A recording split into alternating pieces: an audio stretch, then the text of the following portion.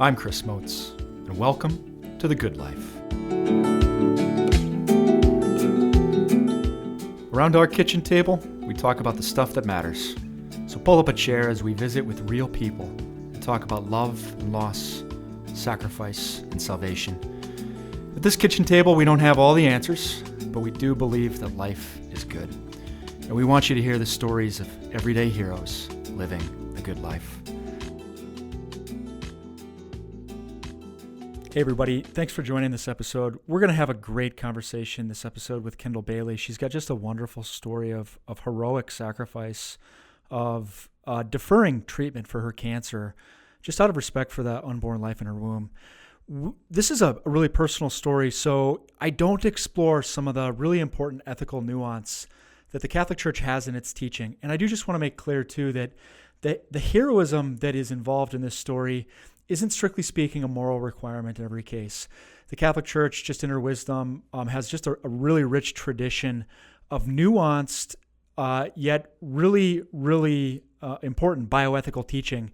And as you're going to hear about in this case, some of the principles that would be really important would be principles of what we call double effect, where a death would be maybe foreseen but not intended. So there could be cases in which somebody would not make the same decision that Kendall made, and the death of a child could potentially result, and that wouldn't be unethical per se. I'm specifically looking at the ethical and religious directives, are a summary of those ethical principles that are applied by Catholic hospitals in the United States.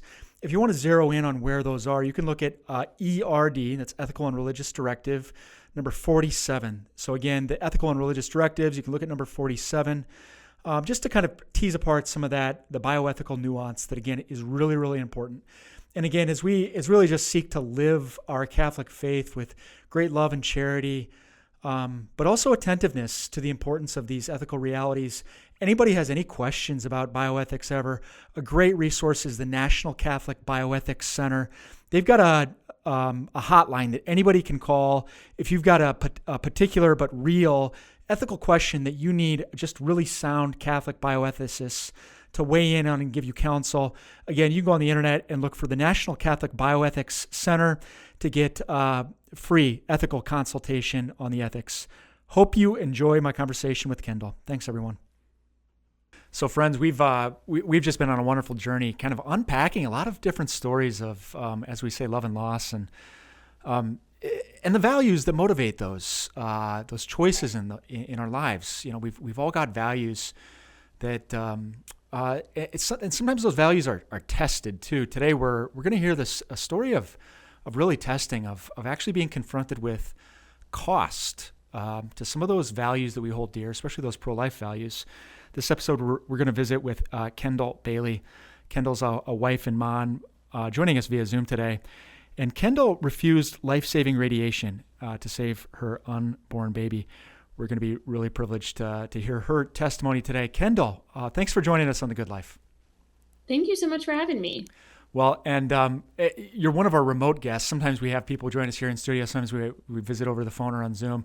You're, I think, sitting in, as you said, the great state of Kentucky today. So thanks for joining over the internet. But you've got a South Dakota connection. I know you've got family here. So thanks for visiting with us as South Dakotans today. Maybe just to get started, Kendall, do you mind telling us a little bit about just who you are, your background, and your family life? Yes. So I am a mama. I'm a wife. I am a proud patriot. And I really came onto the social media scene maybe 4 years ago when I was sharing my story of pro-life, but also when everything happened with COVID, I decided not to send my kids to school with masks. We refused that. We went to the Capitol and kind of protested that. Sure. And kind of overnight, people started following me, and I just was being really vulnerable and authentic on my social media and found that people really wanted that. Well, God bless you. And maybe just in case anybody's tuning in on a podcast, if you're driving, don't look her up right now, but you want to share your kind of social media stuff in case people want to plug in real quick? Yep. So my name on Instagram is Kendall underscore in underscore Kentucky. Okay. So Kendall in Kentucky. And I also have a clothing line that is designed for women exclusively. That is individuals with XX chromosomes. And that is called Pretty Little Patriot. Gotcha. Hey, well, thanks for giving that plug real quick. But, the reason we heard you on another podcast, a pro-life podcast, just sharing your story. And as I kind of, alluded at the beginning, is our values that we hold and, that motivate our decisions and political choices and life in community. Sometimes these values aren't always concretely tested, but there come these moments in life. It's just, and you just mentioned COVID, but COVID I think was a time of sort of testing for many people, and what do I really believe and where do I want to stand? But you've got just a really beautiful story of testing of your own pro-life values. Do you? I don't know where the best place to start is with this story, because there's a lot to it. But I know you're married, and the story starts when you have one child, and Yep. you didn't yet know. Maybe just start with how did you come to know that you're ill?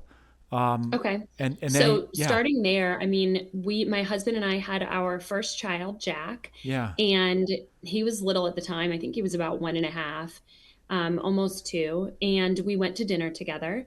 We were at I think it was a Johnny Carino's, and the waitress came over and said, "Can I get you more bread?" And I replied, "No, we're fine, but if you can just bring some more bread." hmm, And my husband leaned over to me and said, "You have not been hearing well. And I've noticed it over the past couple months. I'd really love for you to go to an ear, nose, and throat doctor." So we did. We scheduled an appointment with an ENT. and what'd you learn at the appointment? What took When place I went to next? an ENT, he discovered that I have otosclerosis, which is progressive deafness. Okay, So they had to do surgery on my stapes bone, which is the smallest bone in the human body. But while I was at that appointment, truly nothing had to do with another. But he said, "I'm an ear, nose, and throat doctor. So before you leave, let me check your throat." yeah, And he found a lump. It ended up being a baseball size lump that was not visible to the human eye. So I'm so thankful for my hearing loss so that I could discover that. wow. And we had it biopsied, and we discovered it was cancer. So at this point in time, though, you had one child already, but you didn't know you were pregnant. So there wasn't necessarily a connection or a tough decision. What kind of happens Right. At next in the that point, story? we just decided we need to have surgery, and surgery was a full thyroidectomy. So that's when we scheduled that. And it was the night before we scheduled I'm sorry, the night before my scheduled full thyroidectomy, my husband came home with a pregnancy test, and he said, "I think you're pregnant." I'm like, "Well, what makes you think that?" He said, "You've been getting up in the middle of the night and going to the bathroom. You did that when you were pregnant with Jack. You did it when Sure. you were pregnant with our other child who we had a miscarriage with." Mm, And so I took the pregnancy test. Normally, any woman would be anxiously waiting to see what it was. I truly believed I so was not pregnant because this was the 1 month we couldn't be. I went upstairs and I tucked our son in and came back down, and sure enough, we were pregnant. yeah. And so what did that mean in terms of next steps with your medical treatment for this cancer that you discovered? Yeah, I mean, it was scary, but we knew that God had a plan. Yeah. We immediately picked up the phone. This was around 9 o'clock at night, 8:30, 9 o'clock at night. Picked up Yeah. the phone, called my anesthesiologist, and Yeah. called my surgeon.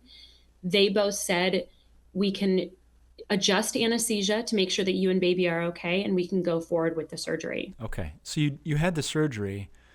I think one of the things that people worry about with cancer is that, there's going to be a spread, or, sometimes people start talking about things like radiation or chemotherapy that can in fact be really harmful or deadly to baby.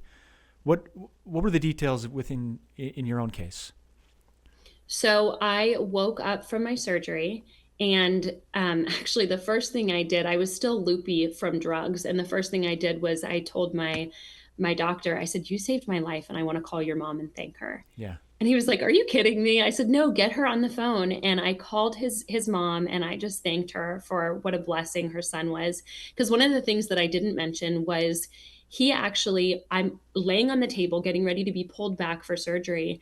And he and his team lay hands on me and they pray over me before this surgery. And I'm telling you, God was so present in that moment. He was so present in that room. Um, After I had kind of recovered from my loopiness and all my anesthesia and woken up from that, he did share with me that the cancer had spread Yeah. and that I would need radiation. It was at this point that my husband and I were faced with the choice of, do we abort our baby and Yeah. focus on my health, or do we wait and risk my health, but trust that God has a plan for me and God has a plan for this baby? We believed that even if he just saved me, but he Yeah. didn't save our child, or even if he saved our child and my life wasn't spared, Yeah. God is still good. Yeah. God is still blessing our lives. And we just felt like it wasn't our choice to make. So Sure. we put it in God's hands and we decided to go full term with Presley. I gave birth to her at 9 months, Uh, beautiful baby girl. yeah. And then if you have any breast milk in your body when you do radiation, the radiation will attack your breast milk and not the cancer. So Yeah. I breastfed her for 2 months, went through a process that took about a month to rid my body of all of the breast milk. Sure. And then I started radiation. I left our sweet newborn baby girl with my husband, and he was with baby and our son Jack, and I did radiation. And And after 72 hours, I was finished with it. okay. Okay. I want to go back to this conversation, I presume with an oncologist or, some other medical doctor. How is the choice, or maybe it's not presented as a choice, how is sort of the treatment protocol presented in a situation like this where they're talking about, your own health and well-being, but you, and I presume the doctors also knowing that there's another life involved. Mhm. How does that go?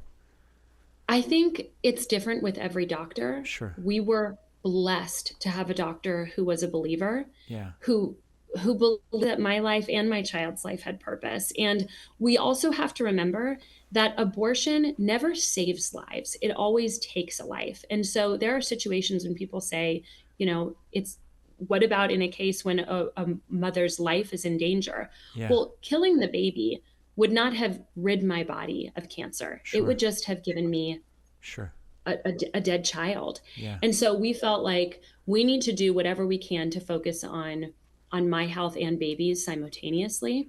Sure. And that was the path that we took. Wow. Well, it's really, I mean, I don't want to be sort of exaggerating here, but it's heroic. So I just want to honor you for that decision. It's truly heroic. Can you? Thank you. I think when you're in the moment too, you feel like it's God. Yeah. I think as a believer, it's so easy to say, well, attribute it to him. I think also what we need to remember is there are some people who've messaged me and said, that's so great for you, Yeah. but the same thing didn't happen for my wife. Sure. And my heart aches for that person. My heart goes out to that person. But I think we also need to remember that God doesn't see our day in little puzzle pieces. He Yeah. sees our life planned out all as one giant picture. Sure. And while we don't know what's going to happen, we know that he knows and he's taking care of us. Can you share? This is a little. Forgive me if it's a little personal, and feel very free to pass. But just the conversation with your husband after that first meeting with the oncologist or whoever it was that presented, possible treatment and risks and all that. Was that a hard conversation? Was it, what were the emotions going on then? I'd love to say it was such an easy choice Yeah. because I grew up in a household where my mom was a strong advocate of pro-life Yeah. and went around speaking to people about it before that was like even a thing. Yeah. And my dad was strongly pro-life, and so I was raised in this household that was just what we did. Sure.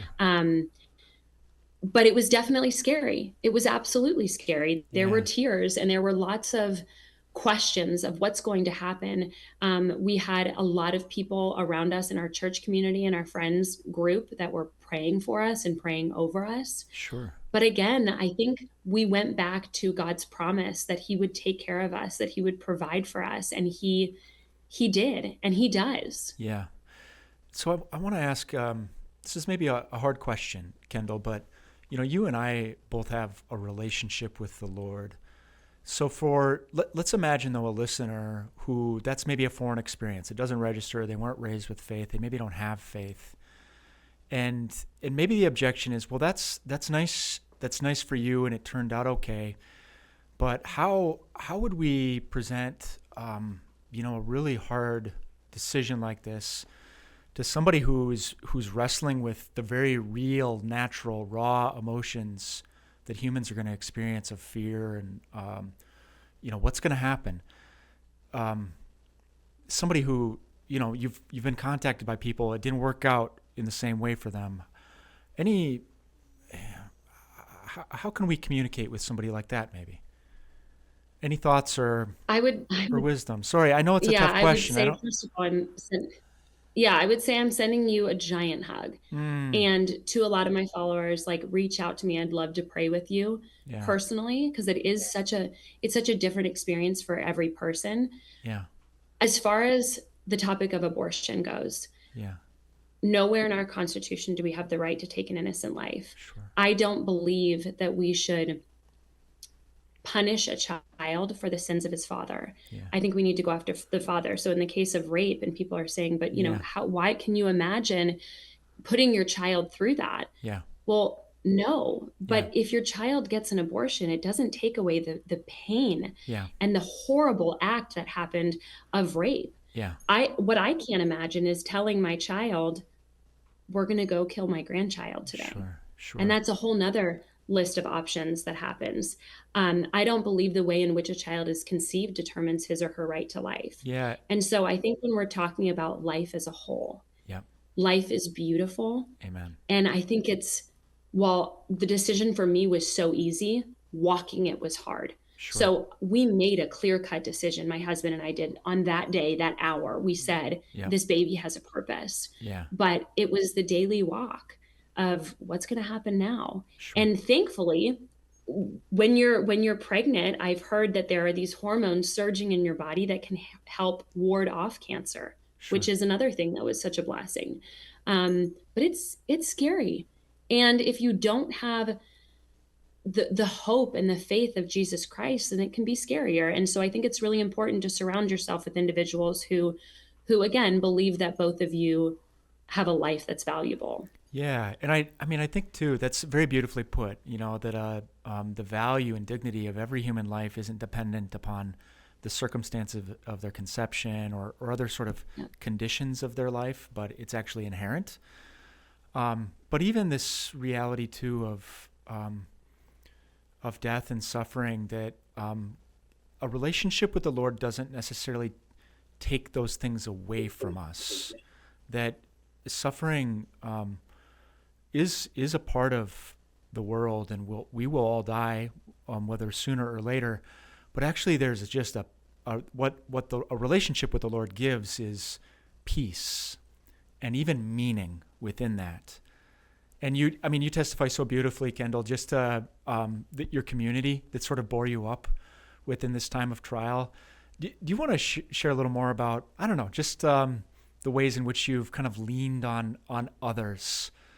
Well, and let me say this too. I want to go back to your point of, when you have a relationship with Christ, it's not like all suffering goes away. It's almost like there's more, because now Satan knows there is a warrior in this battle. Sure. And if there are people that aren't in it, they have no skin in the game. Satan's like, oh, I'm content. Like, you're not going to do anything for his kingdom.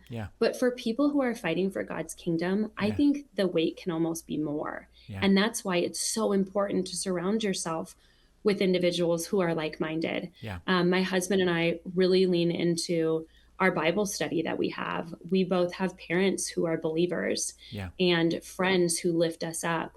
And I think starting your morning every day with the Bible, and for some people it's hard, like, where do I start? Sure. I love opening Jesus Calling, which is a book that can kind of give you a little caption of hope for the day, and then a couple Bible verses below. And we do that every day with our kids, because I think it is good to get your mind focused and have that hope going into every single day. Because even if you're like, hey, I checked everything off my box today, I'm good for, troubles are done for today. You start all over tomorrow. So every day needs to have that fresh start. Yeah. And I think, this is Christians and non-Christians, but sometimes we can be tempted to think like, well, the meaning of Christianity is to take away, to make me happy, or to sort of take away. In fact, there is a real joy that comes through faith. But the Absolutely. point isn't to take away suffering, it's to actually um, elevate our suffering in a way that is united with the cross of Christ and his action, his love ultimately for us and for all humans. Well, and how beautiful is it that, yeah, we get that every day renewed with him. Yeah, I think that in a world where we have no pain and suffering, that's idyllic, that's heaven, and yeah, that's where we're going. But I think when we're here, how beautiful is it that we have these trials, yes, these tests that can be turned into a testimony, these messes that can be turned into a message. yeah, I think if I had just taken this story of Presley and never done anything with it, then it doesn't glorify his kingdom. But if we can take a message and send it out to the world and use it for his good, then it's a completely different story that we're writing. And I think you can either, have it weigh you down and woe is me, or you can use it for so much good to touch so many people's lives. yeah, yeah. I want to turn back to something that you'd said earlier, Kendall, was just your husband and your conviction that God had a plan for this child. God created this child, knew this child, loved this child, and there's a plan. Um, you want to unpack that conviction a little more, where this conviction comes from, and what its implications might be, especially now that Presley is growing, and you get to Hmm. see personality unfold and the uniqueness of that life. Yeah. God tells us that he knit us together in your mother's womb, and he knew us before we were formed. He knows every hair on our head. And I think that as Christians, that verse can be so, oh, I've heard it before. But when you really unpack that, the creator of the universe calls you by name, knows you by name, loves you unconditionally. And it's such a beautiful gift when we think of unconditional love. I mean, God does not make mistakes. Mm, And in a world that is so pushing this gender ideology and that you were born in the wrong body, it's such a sure. smack in the face to our creator to say that that's not, God created you wrong and you should change everything about you. You are beautifully made. And when we go to school every day with our kids, we say, I am kind, I am confident, I am beautiful, and I am a child of God. And I Mm, truly believe those things about my children. And I think starting our day with daily affirmations is key. But as we watch Presley grow, she is, I mean, I know everybody loves their kids. We have three of them. We love them all dearly. But Presley is so kind and so tenderhearted. And I know it has something to do with she has such a big purpose in this world because her story started when she was in the womb. yeah, And I want everybody listening to know that their life has purpose. And whether you found out that purpose or not, your life has purpose, your life has meaning, and God wants to do something with you. yeah. So as you've shared your story publicly, you mentioned just briefly earlier of kind of hearing from somebody that had an experience of suffering. This was good for you, but it didn't work out that way for me. Mhm. Are you hearing from others too that have their own stories, either similar or even giving feedback on your story? Yes, I mean, I've heard from there's a whole community I feel like who's come out and said, I was contemplating this, I'm no longer, or I had the exact same experience. I've heard of a lot of people actually who've reached out to me who were conceived in rape and who have, and again, my story is not a story about rape, but so often that's the story that people talk about when it comes to abortion. And they've reached out to me and said, "Thank you so much for choosing life. Thank you for being a voice for these people." Yeah, I was conceived in rape, and my mom chose life for me, yeah, and I think that's such a beautiful thing. Um, Again, yeah, the way in which a child is conceived does not determine his or her right to life, and I think so often our society is pushing that you can have not only can you have sex, but you should with multiple people at multiple times, and it's so fulfilling, and it's not. I feel like sex is made to be in the context of marriage, and it's a beautiful thing when it is. And so for any of the listeners, I would say, that's something that's treasured and that's something to be held sacred. And unless you're wanting to have a child, then you know Yeah, We shouldn't be doing that. well, even just raising, the concept of abstinence is something that a lot of people today, especially if they're not churched, they're never presented with that idea. Right. It's like not an option. It's I yeah, remained abstinent until our wedding night, yeah. and it was the greatest gift that I could give my husband. But a lot of people say, well, your kids are going to have sex. And for in our home, we just hold our children to a higher standard. I don't think my children are going to have sex until they're married because we've told them not only the consequences of what happens, but how beautiful it is when you wait and how incredible sex is when it's between a husband and a wife. So I was recently in a meeting that was there was a wealthy gentleman who was telling the story of being in like a Rotary Club meeting decades ago, and the Rotary Club, they like do these lunchtime speakers. Somebody Right, came right. in, I've been to one. yeah, somebody came in from like the abstinence clearinghouse or something, and presented abstinence as like a good thing.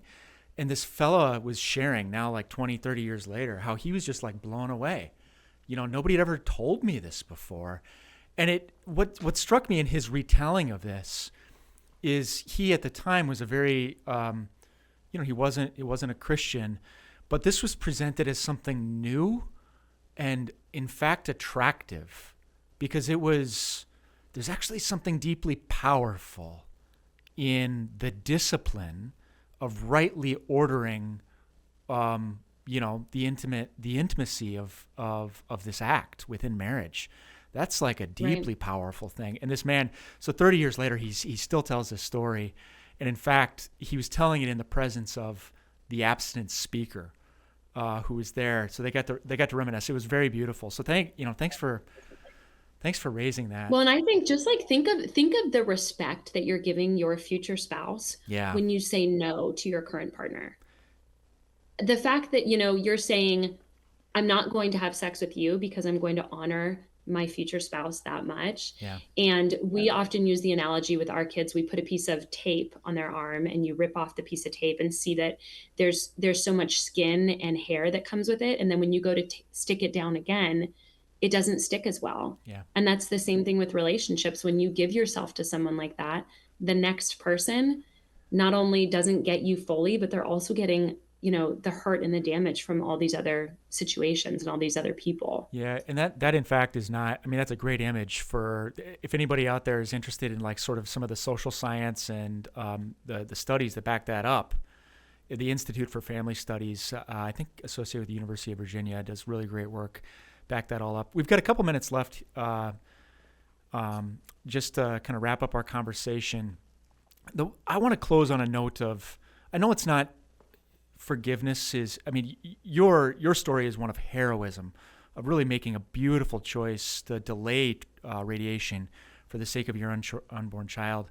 But there are also people out there that maybe we had this talk about abstinence. Maybe they didn't make that choice. Is forgiveness possible and sort of starting fresh and beginning anew? Absolutely. Absolutely. My best friend and business partner is Lindsey Graham, not the senator, but she's known as the Patriot Barbie on social media. And she has a beautiful story of how she had an abortion. Mm, And I'd love to have her on your show, but how she deeply regrets it, but has forgiven herself and has asked for forgiveness from the Lord and has received that. And again, goes on to take something that is a real mess and has turned it into the most beautiful message. But absolutely forgiveness. I yeah. mean, God's Jesus's work on the cross covers all of our sins. Amen. And I truly believe that Jesus is sitting in heaven holding Lindsay's sweet baby until she can be reunited with him. Amen. Yeah, so very, very well put. We'd love to connect with Lindsay and see if it'd work out. You've been listening to The Good Life. I've been visiting with Kendall Bailey. We've been just unpacking her own story of choosing to delay radiation treatment for the sake of her unborn child, and just a beautiful story of heroism. So Kendall, thank you for joining us on The Good Life.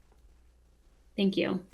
And to all of our listeners out there, don't forget, we are in September. Early voting in the state of South Dakota starts here in, I think, just less than a week. You can get those absentee ballots. We are in the run-up to the November 5th election.